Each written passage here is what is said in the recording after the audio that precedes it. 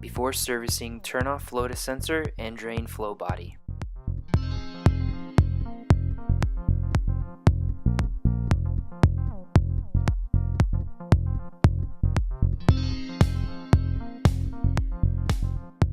To begin servicing, remove the lanyard strap from the body drain fitting by stretching the rounded end over the hex nut and pulling down and off the fitting.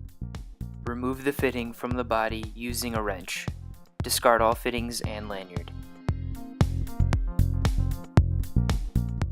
Wrap the new drain fitting with 2 to 3 wraps of Teflon thread tape.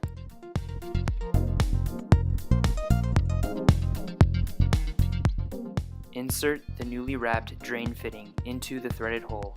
Use your hand to lead the thread and tighten further with the wrench. Stretch the large loop all the way past the hex on the body fitting until it rests in the gap between the fitting and the body.